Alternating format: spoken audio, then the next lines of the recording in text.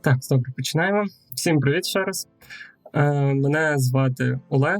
Хто мене знає, хто не знає, я фулстек розробник у компанії HelloLab.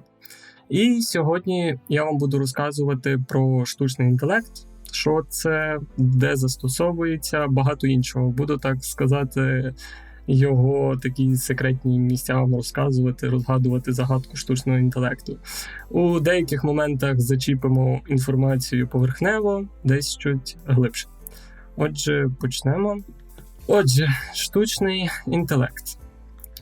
Сьогодні наша програма буде складатися з таких моментів: що таке штучний інтелект, класифікація штучного інтелекту, типи штучного інтелекту, підрозділи штучного інтелекту, переваги і недоліки штучного інтелекту. Почнемо з першого пункту: що таке штучний інтелект. Що ж таке штучний інтелект? Отже, штучний інтелект – це є здатність машин виконувати завдання, які пов'язані із людським інтелектом. Тобто, наприклад, навчання, вирішення проблем. Штучний інтелект – це також така галузь інформатики. Тобто, це така галузь, яка якраз займається розробкою і вивчає інтелектуальні машини. Штучний інтелект дозволяє машинам моделювати або навіть покращувати можливість людського розуму. Ну і з кожним днем штучний інтелект все більше набирає обертів у популярності та все більше стає частиною повсякденного життя. Якщо у вас будуть також якісь питання стосовно штучного інтелекту або якісь такі свої, ви можете задавати прямо під час трансляції або вже в самому кінці, як вам буде зручно. Я буду слідкувати за чатом і вам відповідати. Отже, як же працює цей штучний інтелект? Зазвичай це системи штучного інтелекту, вони навчаються на основі досвіду. Тобто там розпізнавання закономірностей, прийняття рішень, на основі якихось обробки великих обсягів даних. Тобто, наприклад, є в нас якась система штучного інтелекту. І вона, наприклад, приймає якусь велику кількість інформації. Далі та система аналізує ці отримані дані, шукаючи між тими даними якийсь взаємозв'язок або якийсь шаблон. І, виходячи із проаналізованих даних, складається вже якийсь результат. Наприклад, чат-бот. Він отримує приклади і тексту. Далі він відносно тих прикладів може навчитися створювати якісь реалістичні обміни з людьми. Там писати текст, відповідати на питання, перефразовувати текст і багато іншого. Або, наприклад, візьмемо якісь інструменти розпізнавання зображення. Тобто він може навчитися ідентифіковувати і описувати об'єкти на зображення, переглядаючи мільйони прикладів. У багатьох випадках люди контролюють процес навчання штучного інтелекту, щоб закріплюючи за ним якісь правильні рішення і перешкоджаючи погано. Так, наприклад, той самий ChatGPT, багато хто пробував його там перенавчити на якісь неправильні результати, або пробував його якось зламати, там якусь дістати приватну конфіденційну інформацію. Наприклад, я десь бачив, що хтось пробував ключі до Windows шукати і багато іншого. І розробники якраз не хотіли, щоб таке було, і вони цьому перешкоджали. І, наскільки я знаю, навіть сама команда чату GPT давала оголошення, що от ми даємо там приз у вигляді грошей, хто зможе якось зламати ChatGPT, сказати нам про ці такі уязвимі місця, або щось дістати з нього небезпечними. Але також і існують системи, які розроблені для самонавчання. Наприклад, шляхом самостійного вивчення правил і стратегій через послідовні повторення. Тобто з кожним повторенням вони навчаються та вдосконалюються все більше. Все більше вони якісь нові шляхи шукають. Приклади штучного інтелекту – це є, наприклад, веб-пошуковики, Google Search, є рекомендації, які використовує YouTube, Amazon, Netflix. Є розуміння людської мови, які використовує там Siri, Alexa, безпілотні автомобілі, Waymo. І є різні генеративні та творчі інструменти, там ChatGPT, AI Art, ну і багато інших прикладів, які ми з вами також сьогодні розглянемо пізніше. Отже, тепер наступним пунктом з вами ми подивимося на класифікацію штучного інтелекту. Отже, штучний інтелект класифікують як слабкий та сильний. Слабкий, він також відомий як вузький, тобто він працює в обмеженому контексті, тобто спеціалізується на високоякісному виконанні конкретних завдань. Високоякісному, тому що зрозуміло, що в нього є якісь конкретні завдання, на яких він якраз зосереджений. Приклади слабкого штучного інтелекту – це якраз є розумні помічники, безпілотні автомобілі, пошук там Google, ну і інші. І є сильний інтелект. Сильний, він також відомий як загальний, тобто він здатний вирішувати завдання, до вирішення яких він не був попередньо навчений. Так само, як це може робити людина. Це, наприклад, це такий потужний штучний інтелект, який може вирішити йому незнайоме завдання, використовуючи якусь нечітку логіку. Тобто він зможе застосувати навіть знання із однієї області до іншої і самостійно знаходить вирішення. Але поки що такого штучного інтелекту, на жаль, не існує. І усе це ще поки в розробці. Далі ми з вами розглянемо типи штучного інтелекту. Значить, виділяють 4 типи штучного інтелекту. Це є реактивні машини, обмежена пам'ять, теорія розуму і самосвідомість. Отже, поговоримо про перші реактивні машини. Значить, реактивні машини – це, як випливає з самої назви, це така машина, яка здатна використовувати свій інтелект, щоб сприймати світ перед собою таким, який він є, і реагувати на нього. Тому вона і є реактивна. Такі машини, вони не можуть зберігати пам'ять, тому вони не використовують якийсь минулий досвід для прийняття своїх рішень у реальному часі. Але через те, що такі машини якраз так можуть сприймати світ, тобто вони якраз створені для виконання лише обмеженої кількості спеціалізованих завдань. Але зато це їм надає перевагу у їхній надійності. Прикладом таких машин є, наприклад, суперкомп'ютерна гра в шахи, яка називається Deep Blue. Це такий штучний інтелект, який може розпізнавати фігури і робити прогнози щодо наступних кроків власних або кроків опонента свого. Іншим прикладом є AlphaGo. Це така реактивна машина від Google, яка використовує нейронну мережу. Це така досконала машина над Deep Blue, тому що навіть сама гра Go, вона є більш складною, чим просто шахи, тобто там є більше ходів. Тому вирішили зробити ось таку машину AlphaGo, яка якраз має змогу використати таку нейронну мережу, де має можливість більше обробляти таких ходів. Але про нейронні мережі ми також поговоримо з вами пізніше, що це і де застосовується. Наступний тип – це є обмежена пам'ять. Отже, що таке обмежена пам'ять? Це, на відміну від реактивних машин, ці системи вже мають пам'ять і здатні зберігати попередні дані. І робити прогнози щодо на основі цих даних попередніх. Тобто вони заглядають у минуле в пошуках якихось підказок про те, що може статися далі. Такий тип штучного інтелекту, він формується через постійний процес навчання. Процес навчання його моделі, аналізу і використання якихось нових даних. Прикладом таких машин є, наприклад, безпілотні машини. Тобто вони контролюють навколишнє середовище, рух транспорту, а також вони аналізують оці попередні моделі, щоб приймати рішення на дорозі.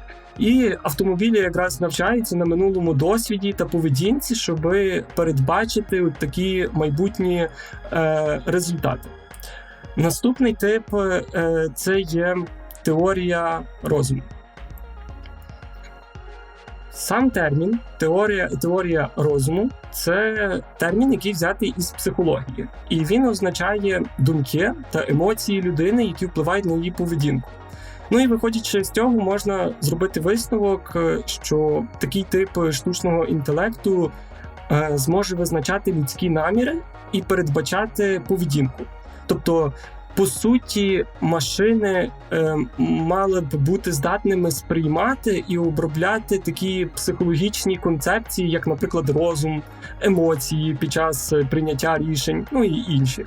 Тобто вони б могли б створювати такі двосторонні відносини між людьми і штучним інтелектом. З прикладів таких машин можу навести TomNet. Це така система штучного інтелекту, яка складається із 3 нейронних мереж. І вона спостерігає за іншими системами штучного інтелекту, вивчаючи якраз їхні характеристики, функції. Але насправді такого типу машин немає ще таких досконалих, тому що які б могли зрозуміти людину. Тому це ще все в розробці. Наступним останнім типом це є самосвідомість. Самосвідомість – це такі системи, які мають свою самосвідомість. І вони розуміють свій такий поточний стан. Тобто це вид штучного інтелекту, який володіє свідомістю людського рівня, і він розуміє своє існування в світі, розуміє присутність і емоційний стан інших. Ці штучні інтелекти, вони б могли б зрозуміти, що може знадобитися іншим, виходячи не лише з того, що їм повідомляють, а й з того, як їм це повідомляють. Але поки що такого штучного інтелекту не існує, тому що такий штучний інтелект буде в майбутньому, і це наступний крок після того, коли повноцінно буде створено попередній штучний інтелект теорія розуму. Тому що самосвідомість у штучному інтелекті також залежить від того, як самі розробники зможуть, розуміють оце питання самосвідомості, і як вони повинні навчитися це відтворяти, щоб це вбудувати якраз у штучний інтелект. Тепер з вами розглянемо підрозділи штучного інтелекту. Отже, є такі підрозділи у штучному інтелекті. Це комп'ютерний зір, чітка логіка, експертні системи, робототехніка, машинне навчання, нейронні мережі і глибоке навчання, і обробка природньої мови.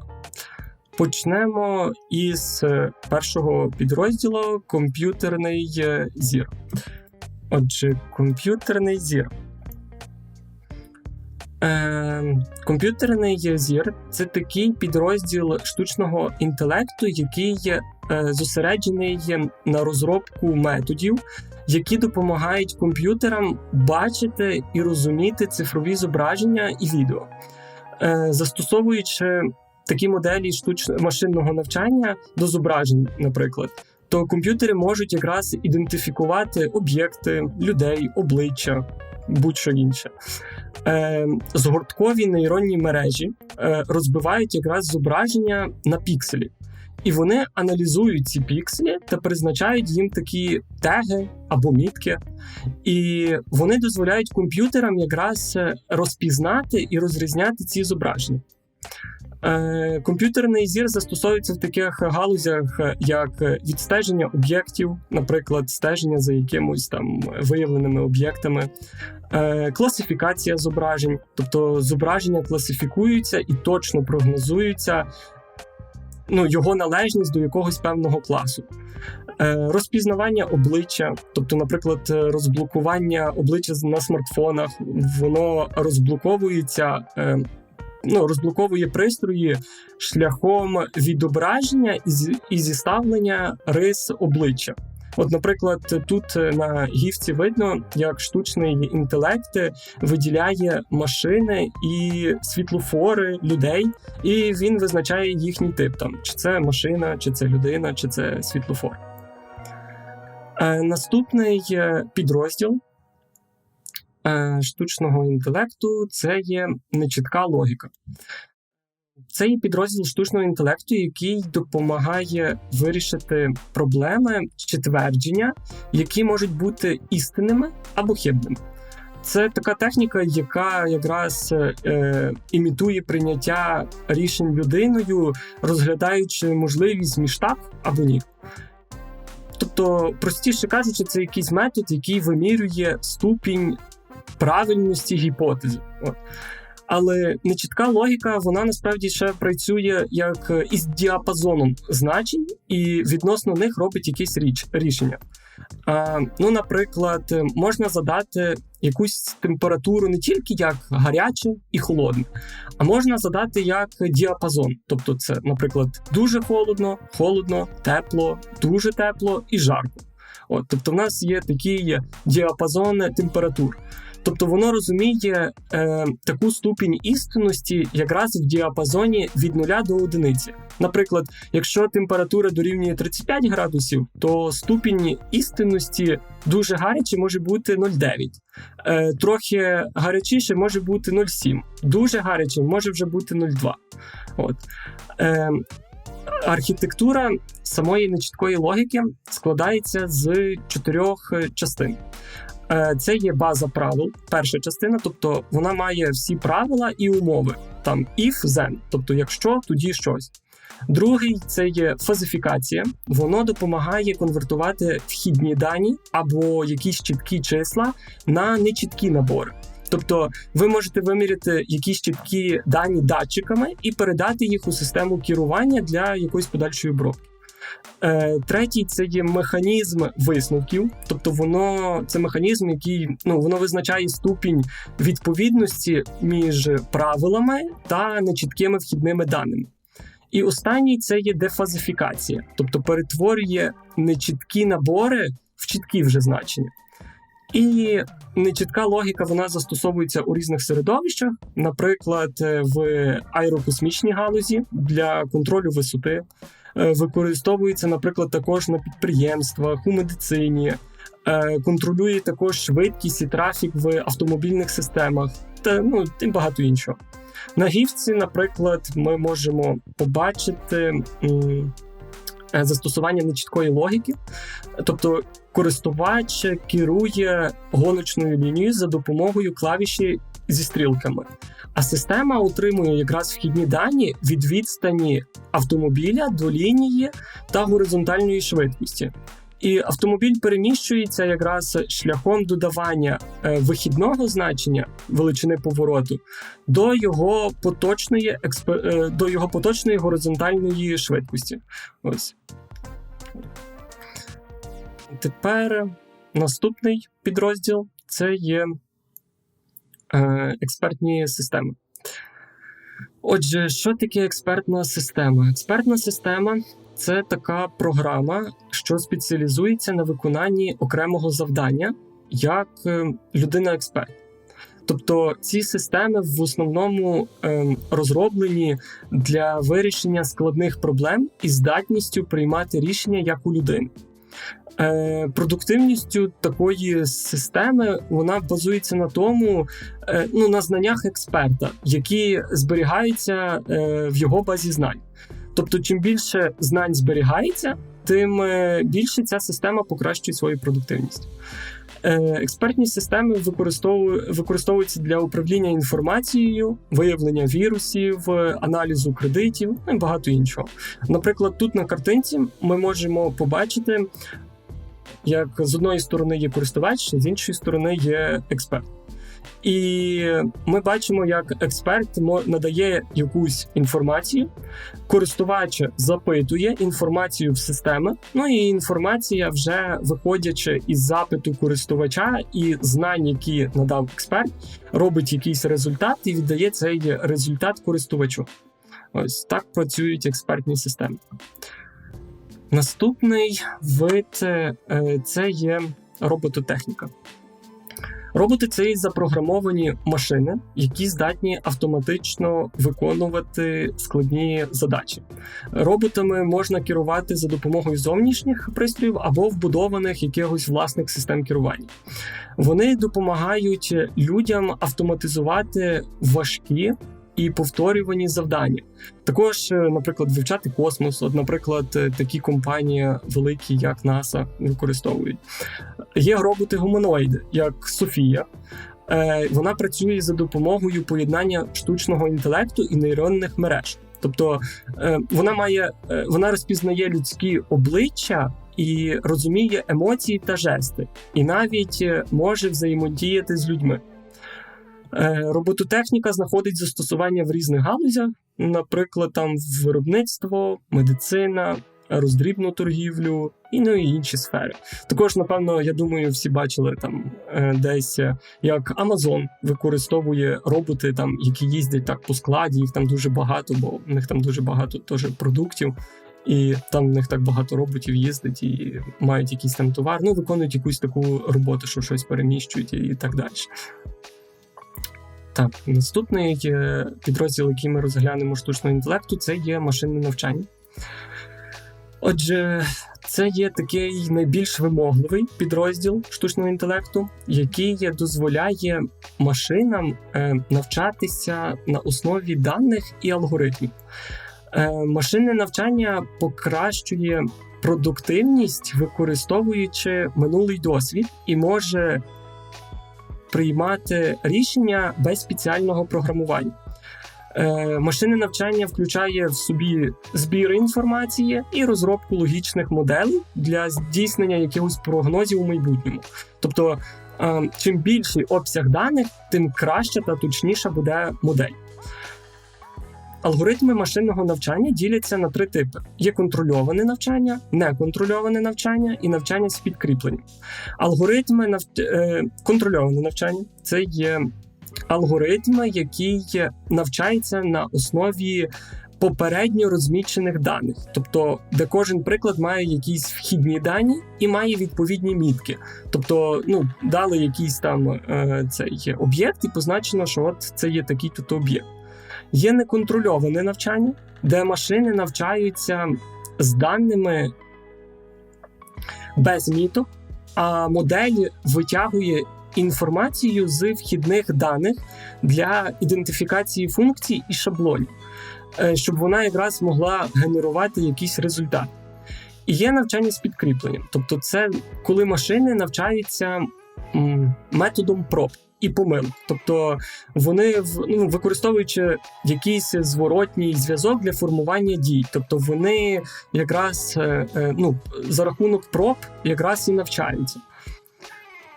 Приклади застосування машинного навчання це можна назвати рекомендації товарів і контенту, наприклад.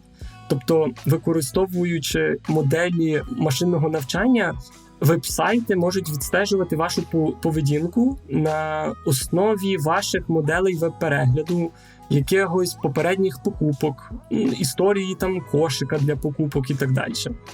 Також застосовують для розпізнавання обличчя, в принципі, розпізнавання зображень. Наприклад, там за допомогою машинного навчання програми можуть ідентифікувати якраз там обличчя людини, там якісь об'єкти, і він якраз оце ідентифіковує за рахунок, на основі інтенсивності пікселів. І наприклад, такий вид розпізнавання обличчя може використовуватися у правоохоронних органах. Також можна ще до машинного навчання назвати приклад розпізнавання мовлення. Тобто машинне навчання може переводити мову в текст. Також це і прогнозування ринків, і аналіз ризиків, і також з машинним навчанням роблять, наприклад, якусь діагностику захворювань. Наступний підрозділ – це є нейронні мережі і глибокі навчання. Значить, глибокі навчання – це є процес впровадження нейронних мереж на багатовимірних даних для отримання розуміння і формування рішень. Нейронні мережі – це є, вони також відомі як штучні нейронні мережі або імітовані нейронні мережі. Тобто вони якраз утворюють ядро алгоритмів глибокого навчання. І нейронні мережі, вони моделюють процес такої передачі сигналів, аналогічний тому, який відбувається між біологічними нейронами у мозку людини. Нейронна мережа насправді складається з 3 типів рівнів. Є вхідний рівень, це є початкові дані для нейронної мережі, є прихований рівень, це є рівень, на якому відбуваються усі обчислення і перетворення. І 3-й рівень – це є вихідний рівень. Тобто там створюється якраз результат на основі оцих вхідних даних і обчислень. І кожен вузол, який також називають штучним нейроном, він з'єднується з іншими нейронами і має якийсь відповідний поріг і вагу. І коли вихід окремого вузла перевищує визначене якесь порогове значення, то вузол активується для відправлення даних на наступний шар мережі. От, припустимо, метою навчання нейронної мережі розпізнавати фотографії, на яких є собаки. От усі собаки, вони не виглядають однаково. Крім того, фотографії можуть показувати з різних кутів і при різному освітленні. Там різна навіть тінь може бути. І потрібно якраз скласти набір таких тренувальних зображень, включаючи приклади, де є собаки, і приклади, де нема собаки. Далі зображення подаються в саму нейронну мережу і перетворюються на дані. Ці дані переміщуються по мережі, і різні вузли призначають ваги різним елементам. Що таке вага? Вага – це є як числовий параметр, який регулює вплив кожного нейрона на вихід мережі. І коли нейронна мережа навчається на тренувальних даних, ваги якраз змінюються, щоб мінімізувати ці помилки між прогнозами і відомими правильними відповідями. І остаточний вихідний шар, він якраз компілює відокремлену інформацію про собаку. Тобто, наприклад, пухнастий, там є морда, є 4 лапи, і так далі. І відносно цієї інформації на вихід дає результат, що це собака. Тепер цю відповідь, отриману від нейронної мережі, порівнюють із міткою, створеною людиною. Тобто це якраз та картинка, яку ми, наприклад, загрузили і вказали, що там, позначили, що там є собака. І якщо вони співпадають, то вихід підтверджується. Якщо ні, то нейронна мережа буде фіксувати помилку і починає редагувати якраз оці вагові коефіцієнти. І нейронна мережа, вона починає намагатися вдосконалювати свої навички розпізнаванням собак, постійно коригуючи свої ваги знову і знову. І ця методика навчання якраз називається навчанням під наглядом, яке якраз відбувається навіть тоді, коли нейронним мережам не повідомляють, що це створюється собак. І вони якраз, нейронні мережі, вони самі повинні розпізнати шаблони в даних з часом і вчитися самостійно, і дати правильний результат. Глибокі навчання використовують, наприклад, перевірки обличчя у Фейсбуках, також використовують безпілотні автомобілі, використовують віртуальні помічники, всякі таких там як Siri, Alexa, і багато інших прикладів. І останній підрозділ, який ми розглянемо, це є обробка природньої мови. Обробка природньої мови Вона комп'ютерам дає можливість розуміти людську мову в текстовому або усному вигляді.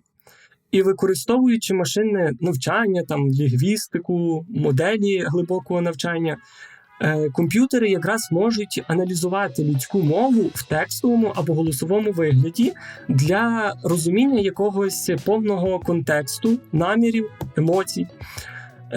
Ось які є основні приклади, які відбуваються при обробці природньої мови у системах штучного інтелекту. Тобто вона обробляє за наступними кроками. Тобто перший крок – це є збір текстових даних. Це якраз може бути текст із веб-сторінок, соціальних медіа, книг, статей тощо. Просто збирає дані. Далі, другий етап – це є токенізація. Токенізація – це є, коли текст розбивають на окремі частинки або токени. Токени – це якраз зазвичай якісь слова або фрази, які можна обробляти окремо. Тобто, наприклад, речення «Сьогодні гарна погода». Ми можемо розділити якраз його на токени. Тобто можна його розділити на 3 токени. Сьогодні, гарна і погода. Наступним третім кроком це є обробка тексту. До обробки тексту входить якраз очищення тексту від якихось непотрібних символів, перетворення тексту в однаковий регістр, а також можлива ще лематизація або стемінг. Що таке лематизація? Це коли видаляються флективні закінчення і повертає якусь канонічну форму слова або якоїсь леми. Це таке схоже як на корінь, але лема є якимось справжнім словом. Наприклад, от є англійське якесь слово playing. Наприклад, от є playing, гратися. І от, наприклад, у нас є слова playing, plays, і вони всі походять, от їхні форми, вони походять від слова play. От, це воно якраз добуває до такого слова. І є ще стемінг. Це якраз зменшення слів до їхнього кореню. От так обробляє штучний інтелект всякі тексти. Наступним кроком після таких обробок це є векторизація. Це коли текст потрібно перетворити в числовий формат, щоб якраз модель штучного інтелекту могла його розуміти. І якраз оцей процес перетворення, він і називається векторизацією. Наступним кроком це є моделювання і аналіз. Тобто векторизований текст подається до моделі машинного навчання або якоїсь нейронної мережі, яка навчалася якраз аналізувати або розуміти текст. І ця модель може виконувати завдання, такі як класифікація тексту, розрізнання якихось іменованих сутностей, машинний переклад, може аналізувати настрої, і багато іншого. І останнім кроком це є генерація тексту. Тобто за потреби тип штучного інтелекту, як підрозділ штучного інтелекту обробка природної мови, може генерувати текст відповідно до певних якихось правил на основі якраз зразків навчених моделей. І такий тип підрозділ обробки природної мови знаходять застосування, наприклад, у віртуальних чат-ботах, виявлення, наприклад, спаму, аналізу настрою. Наприклад, Twitter, він використовує якраз такий підрозділ штучного інтелекту, щоб відфільтрувати якісь терористичні слова у своїх твітах. Amazon, наприклад, використовує, щоб зрозуміти відгуки клієнтів, покращити якраз оцю взаємодію з користувачом. ChatGPT, наприклад, це також належить до такого підрозділу, він використовує. Тобто він генерує якраз якусь відповідь. Так, тепер розглянемо з вами переваги і недоліки штучного інтелекту. Отже, які є переваги? Добре справляється з роботою, орієнтованою на деталі. Зрозуміло, що робот краще з цим справляється, чим людина, в залежності від деталей. Наступною перевагою зменшує час на виконання завдань, які містять велику кількість даних. Зрозуміло, що комп'ютер обробляє дані набагато швидше, ніж людина. Наступний – це зменшує кількість людських помилок та підвищує точність, адже комп'ютер якраз навчений на те, що він може якраз виконувати якусь роботу постійно, і ні від чого в якійсь мірі не залежати. Бо як людина може там від емоцій залежати і так далі, і можуть якісь навіть помилки виникнути. Наступним пунктом є те, що він економить робочу силу і підвищує продуктивність. Думаю, це також зрозуміло відносно людини. Також штучний інтелект швидше приймає рішення і має цифрову допомогу. Цифрова допомога – це в плані, що він може якраз обробляти якісь дані, тобто він може їх збирати, зразу ж з ними щось робити, потім зразу ж їх може кудись відправляти на якийсь інший сервіс і так далі. Тобто він має таку цифрову допомогу, що він зразу ж може зі всім в якійсь мірі взаємодіяти. Порівняно із людиною, що їй треба робити ті лишні рухи. Але є також і недоліки, це високі витрати, тому що це така ще штучний інтелект досить дорого обходиться. Залежність від даних, тому що йому потрібні дані, щоб якраз брати з чогось якийсь результат. Щоб в майбутньому не робити якихось помилок і так далі. Він вчиться на тих даних. Також вимагає глибокої технічної експертизи, також тому що важко придумати так штучний інтелект і його цього навчити, як людину. Ще один недолік – це є ліквідація людських робочих місць. Наступним це є відсутність творчості та нестандартного мислення, тому що він сам щось прям такого, чого не існує, прям зненацька придумати не зможе, адже він робить на основі все одно чогось, якихось даних, того, що його навчили і так далі. Також роботи мають беземоційність, не мають емоцій. І ще один останній недолік – це відсутність етики. Тобто вони ще не до кінця навчені повноцінно взаємодіяти з людьми, вони не розуміють частково ще, де правильно, що неправильно і так далі. Тепер додатково ще вам розкажу, де більше штучний інтелект застосовують у сучасному світі. Отже, штучний інтелект у медицині. Перший – це є аналіз медичного зображення. Тобто штучний інтелект він був застосований до такої медичної візуалізації для виявлення аномалій у зображеннях, які можуть вказувати на хворобу, наприклад, або якусь іншу медичну проблему. І використовується для виявлення, наприклад, таких аномалій на зображеннях, наприклад, як МРТ, рентген, КТ. Також використовується для аналізу мікроскопічних зображень, для якоїсь ідентифікації або класифікації різних типів тканин. Наступним це є віртуальні помічники. Вони якраз в себе включають навчання алгоритму штучного інтелекту відповідати на запитання і запити, які можуть виникати в лікарів або у пацієнтів. Наприклад, віртуальні помічники можуть якусь робити... вони якраз так запрограмовані, щоб допомагати лікарям керуватися якоюсь такою щоденною роботою своєї клініки.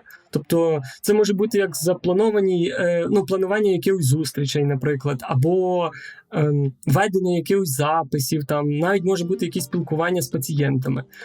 І такі якраз помічники є для того, аби звільнити час для лікарів, тобто щоб лікарі могли зосередитися на якихось більш складних задачах. Наступним це є прогнозна аналітика. Вона використовується для прогнозів щодо результатів лікування пацієнтів, виявлення, наприклад, якогось шахрайства, наприклад, стосовно якогось медичного страхування.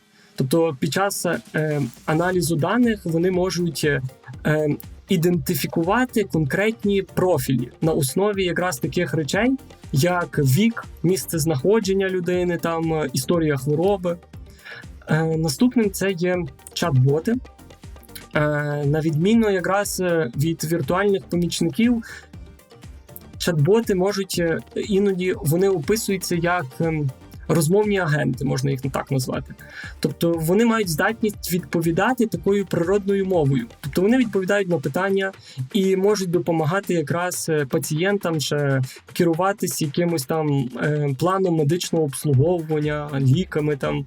Також можуть вести якісь нотатки або можуть відстежувати якусь історію хвороби пацієнтів.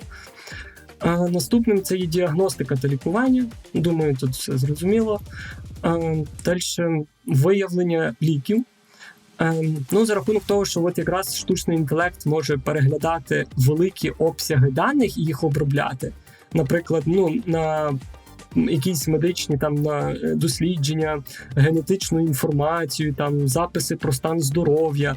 І він може виявити закономірність і встановити зв'язок між частинками даних, які якраз можуть запропонувати нові препарати якісь. І останнім це є робототехніка. Тобто робототехніку можна використовувати якраз для вивчення різних якихось хірургічних процедур. Воно допомагає якраз хірургам приймати якісь кращі рішення. Тепер наступному це є слайд, це є штучний інтелект у фінансах. У фінансах, наприклад, застосовується аналіз ринкових трендів. Тобто штучний інтелект проводить аналіз ринкових трендів, і він якраз робить прогнозування коливань цін на акції, наприклад, облігації, там, валюту, і інші якісь там фінансові інструменти. Алгоритми можуть врахувати різні фактори, такі як також новини, соціальні мережі, там, політичні якісь події, і якісь інші, щоб, і на основі цих даних він якраз приймає оптимальні рішення, наприклад, там, щодо інвестицій. Ось. Наступним це є кредитування. Тобто банки використовують штучний інтелект для оцінки кредитоспроможності клієнтів. Тобто моделі можуть якраз аналізувати кредитну історію клієнта, фінансовий стан, якісь інші фактори, щоб якраз прийняти рішення про надання кредиту або визначення якоїсь відсоткової ставки.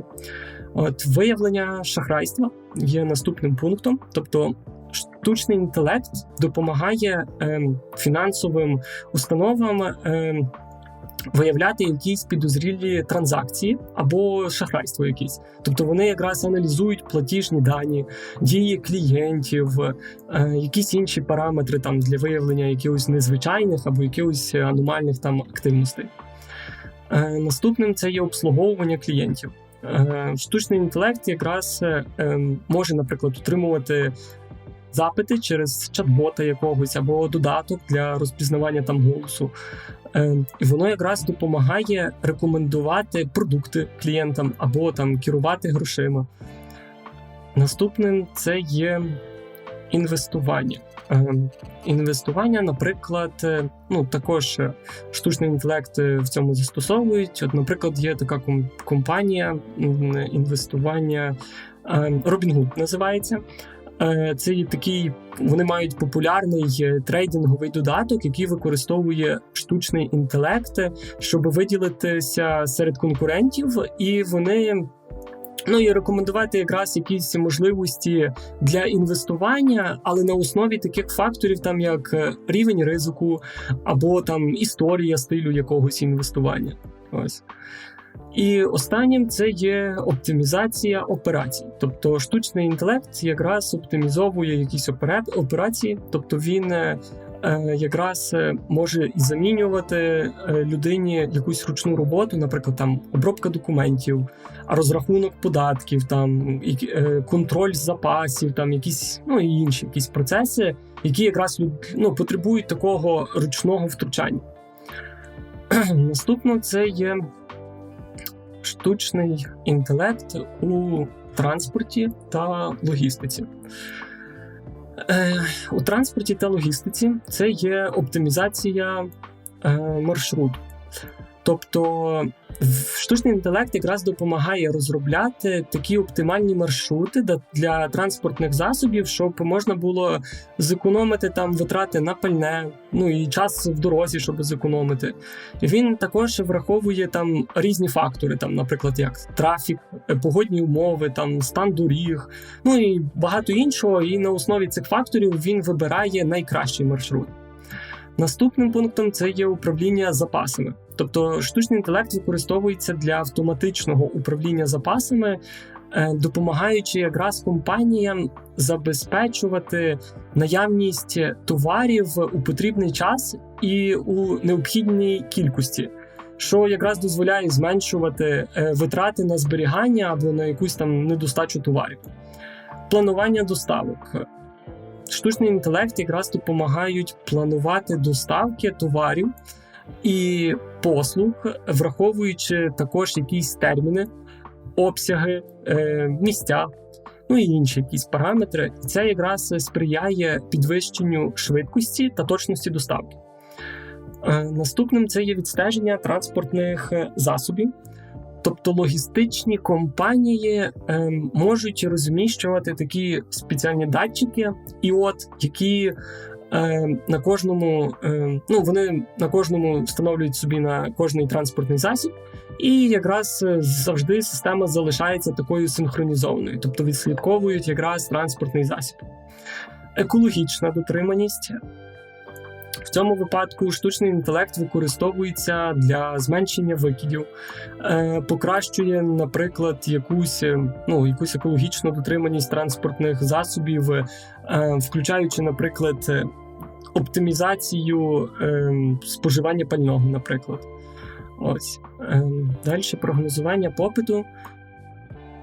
Так як штучний інтелект якраз має змогу аналізувати велику кількість даних, він якраз може аналізувати якісь обсяги даних і потім прогнозувати попит на товари та послуги. І це якраз допомагає компаніям планувати, наприклад, там якесь виробництво або поставку. І останнє – це обслуговування клієнтів. Тобто штучний інтелект може надавати інформацію клієнтам щодо статусу їх замовлень, вантажів.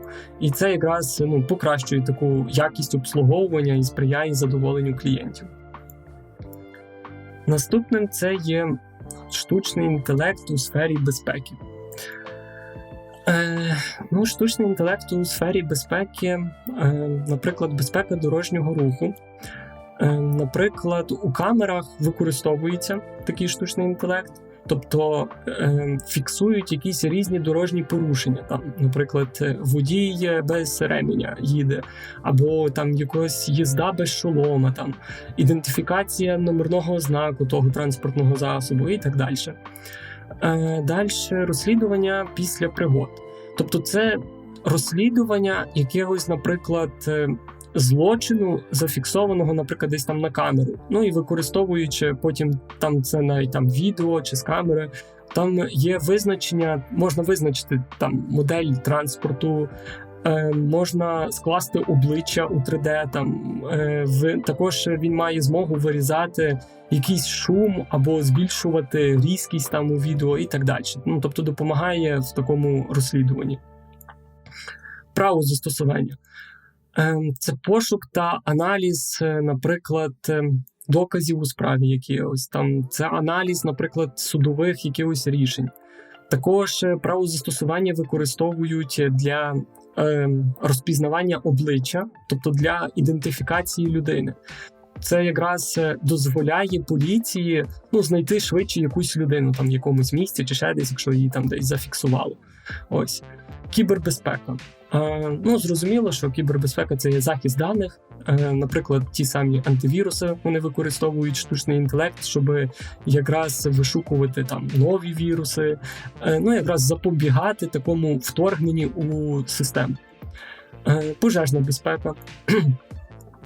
Штучний інтелект також може попереджати про якусь, наприклад, пожежну безпеку, робити прогнози небезпеки, викликати, наприклад, навіть спеціальні служби, використовуючи якийсь датчик. Тобто щось вимірило, що щось може зараз там призвести, або там датчик якийсь стояв, який підтвердив, що от є якась там пожежна небезпека. І може викликати навіть якісь спеціальні служби. І останнє – це і національна безпека, тобто використовується, наприклад, десь у військових. Наприклад, розробка дронів, там, де є якраз якийсь тобто дрон має можливість знаходити якісь об'єкти, там, використовується також там для розвідки. І останнім це є штучний інтелект у бізнесі. Насправді ці всі штучні інтелекти, це що я називаю, вони всі з собою пов'язані, і той самий бізнес, він так само включає моменти із там фінансів і так далі. Просто штучний інтелект це така велика штука, яка зараз всюди вже майже використовується у всіх таких великих системах. І у бізнесі також можна виділити тут як персоналізований маркетинг. Тобто використовують штучний інтелект для аналізу даних клієнтів. Тобто там якраз покупки, їхні якісь там поведінку для створення якраз оцих персоналізованих пропозицій і реклам. Віртуальні помічники та чат-боти. Думаю, тут вже зрозуміло про чат-боти, віртуальні помічники, які просто допомагають там щось там нотувати або відповідати там користувачам і так далі. Автоматизація бізнес-процесів. Штучний інтелект якраз може автоматизувати якісь такі рутинні завдання в бізнесі. Наприклад, там якраз обробка документів, ведення якогось там обліку інвентарю, і багато іншого. Наступним це є управління ланцюгом постачання. Тобто штучний інтелект якраз використовує таку оптимізацію ланцюгу постачання, включаючи прогнозування попиту, управління якимось запасами і якусь маршрутизацію доставки. Наступним це є аналіз задоволеності клієнтів, тобто за допомогою якраз штучного інтелекту і якогось машинного навчання компанії збирають якраз дані про те, як клієнти сприймають їхній бренд.